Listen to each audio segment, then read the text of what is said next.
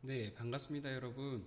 오늘은 물질의 차갑거나 뜨거운 정도를 표현하는 방법에 대해 알아보도록 하겠습니다. 먼저 교과서 26쪽에서 27쪽, 실험관찰 14쪽을 펴고 준비해 주세요. 선생님의 수업을 먼저 보고 실험관찰을 적어보도록 하겠습니다. 여러분, 화면을 보면 선생님이 사진을 준비했는데요. 네, 목욕탕 사진이죠. 목욕탕에는 온탕, 열탕, 냉탕 등이 있어요. 그런데 어디가 온탕인지 어디가 냉탕인지 어떻게 구분할 수 있을까요? 네, 눈으로 보거나, 눈으로 뜨거운 김을 보거나 아니면 손이나 발을 먼저 넣어보고 알 수 있겠죠. 이럴 때 우리는 뜨겁다, 차갑다 등의 표현을 하는데요.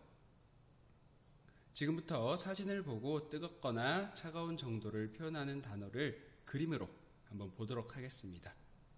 먼저 새우튀김 사진이에요. 기름에 튀겨진 새우튀김은 뜨겁다. 얼음이 담긴 콜라는 차갑다. 밥솥에서 갓 지어진 밥은 따뜻하다. 에어컨 앞에 있으면 시원하다.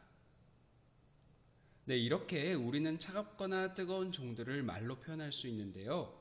차갑거나 뜨거운 정도를 오감, 즉 보거나 만지거나 하는 행동으로 관찰했을 때 어떤 문제점이 있을까요? 네, 얼마나 뜨거운지 알려고 그릇을 먼저 만져보려다가 손을 댈 수도 있고요.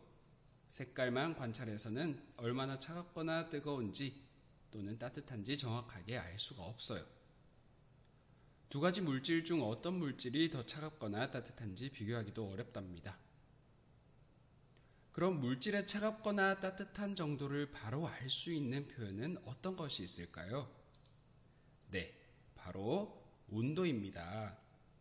온도는 물질의 차갑거나 따뜻한 정도를 나타내는 것으로 숫자의 단위, 섭씨도를 붙여서 나타냅니다.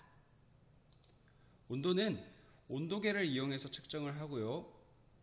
섭씨도를 이용해서 온도를 표현할 때는 측정 값을 먼저 써요. 숫자를 먼저 쓰고 뒤에 섭씨도 기호를 쓰면 됩니다. 작은 동그라미를 위에 붙이고 영어 대문자 C를 적어주면 돼요. 예를 들면 87 뒤에 섭씨도를 붙여주면 87도 정도 되겠구나 라고 알 수 있는 거죠. 그러면 공기의 온도는 무엇이라고 할까요? 네, 기온이라고 합니다. 물의 온도는 수온, 한자 물 숫자를 써서 수온이라고 하고요. 몸의 온도는 몸체, 체온이라고 합니다. 그럼 우리의 일상생활 속에서 온도를 정확하게 측정해야 할 때는 언제가 있을까요? 네, 맞아요. 먼저 갓난아기의 목욕물 온도가 적절한지 확인하거나 병원에서 환자의 체온을 잴 때 또는 어항 속 물의 온도가 물고기가 살기에 적절한지 확인할 때 등이 있어요. 이처럼 위험한 상황이거나 우리가 조심해야 될 상황, 한 번 더 봐야 될 상황에서는 온도가 정확하게 측정될 필요가 있답니다. 네, 이번 시간에는 온도에 대해 배워보았습니다. 실험관찰 14쪽에 오늘 배운 내용을 적어보도록 할게요.